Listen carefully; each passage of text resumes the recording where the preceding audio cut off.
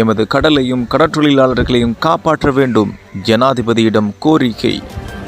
பொது தேர்தலுக்காக ஜனாதிபதி அனுர விடுத்துள்ள மொத்த பணத்தொகை.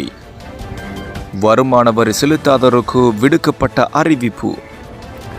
அரசு அதிகாரிகளுக்கு பிரதமர் விடுத்துள்ள கடும் எச்சரிக்கை. முன்னாள் ஜனாதிபதிகளுக்கான பாதுகாப்பு. இன்று எடுக்கப்படவுள்ள முக்கிய தீர்மானம்.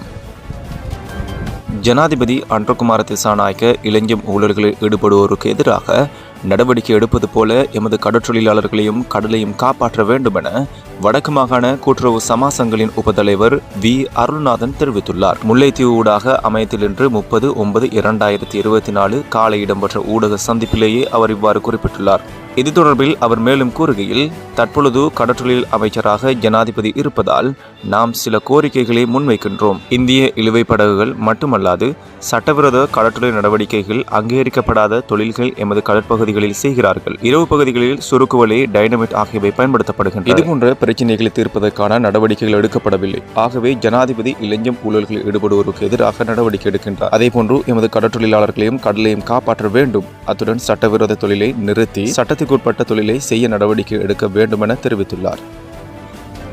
பொது தேர்தலை நடத்துவதற்கு தேவைப்படும் நிதியை விடுவிப்பதற்கான ஆவணத்தில் ஜனாதிபதி அனுரகுமார திசாநாயக்க கையொப்பமிட்டுள்ளார். இதன்படி பொது தேர்தலுக்காக தேவைப்படும் மொத்த நிதி தொகையாக எதிர்பார்க்கப்படும் 11 பில்லியன் ரூபாய் ஜனாதிபதியால் விடுவிக்கப்பட்டுள்ளதாக தேர்தல் ஆணையாளர் சமன் ஸ்ரீ ரத்நாயக்க தெரிவித்துள்ளார். எதிர்வரும் பொது தேர்தலுக்கான ஏற்பாடுகள் தொடர்பிலான கலந்துரையாடலின் பின்னர் ஊடகங்களுக்கு கருத்து தெரிவிக்கையிலேயே அவர் மேற்கண்டவாறு குறிப்பிட்டுள்ளார். மேலும் நாடாளுமன்ற தேர்தல் எதிர்வரும் நவம்பர் 14 நடைபெறும் என்றும் வேட்புமனு தாக்கல் செய்வதற்கான இறுதி நாள் அக்டோபர் 4 எனவும் அவர் இதன்போது தெரிவித்திருந்தார். அத்தோடு நாடாளுமன்ற தேர்தல் இடம்பெற்று முடிந்தவுடன் புதிய நாடாளுமன்றம் நவம்பர் 21 கூடும் எனவும் சுட்டிக்காட்டப்பட்டுள்ளது.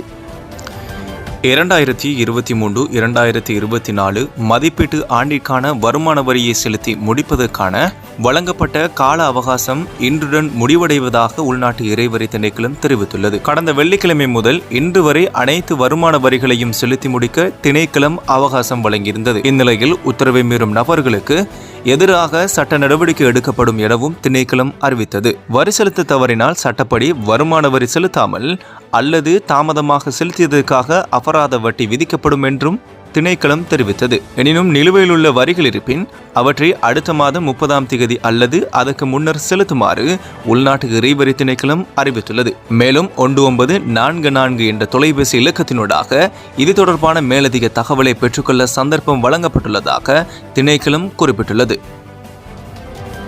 தேசிய மக்கள் சக்தி அரசாங்கம் மேற்கொள்ளும் அனைத்து நியமனங்களுக்கும் அரசாங்கமே பொறுப்பாகும் என பிரதமர் ஹரிணி அமரசூரிய தெரிவித்துள்ளார். மேலும் தமது அரசாங்கத்தின் கீழ் உள்ள அரசு அதிகாரிகள் மீது குற்றம் சாட்டப்பட்டால் நடவடிக்கை எடுக்க தயங்க மாட்டேன் என்று பிரதமர் கடுமையான எச்சரிக்கை விடுத்துள்ளார். அத்துடன் பொது தேர்தலுக்கு நன்கு தயாராகி வரும் அதேவேளை ஜனாதிபதி தேர்தலில் வழங்கிய வெற்றியை மக்கள் நாடாளுமன்றத்திற்கும் சிறந்த அணியை தெரிவு செய்வதில் வழங்குவார்கள் என நம்புவதாக பிரதமர் மேலும் கூறியுள்ளார். முன்னாள் ஜனாதிபதிகளின் உள்ளிட்ட முக்கியஸ்தர்களின் பாதுகாப்பு தொடர்பில் எடுக்கப்படவுள்ள தீர்மானம் குறித்து ஆராய்வதற்கான கலந்துரையாடல் இன்றைய தினம் இடம்பெற உள்ளது. இன்று மாலை 5 மணிக்கு இது தொடர்பான விசேட கலந்துரையாடலுக்கு பொது பாதுகாப்பு அமைச்சர் விஜித ஹேரத் அழைப்பு விடுத்துள்ளார். அமைச்சர் விஜித ஹேரத் தலைமையில் அமைச்சில் இந்த கலந்துரையாடல் இடம்பெற்றுள்ளதாக பதில் போலீஸ் மா அதிபர் பிரியந்த வீரசூரிய தெரிவித்துள்ளார்.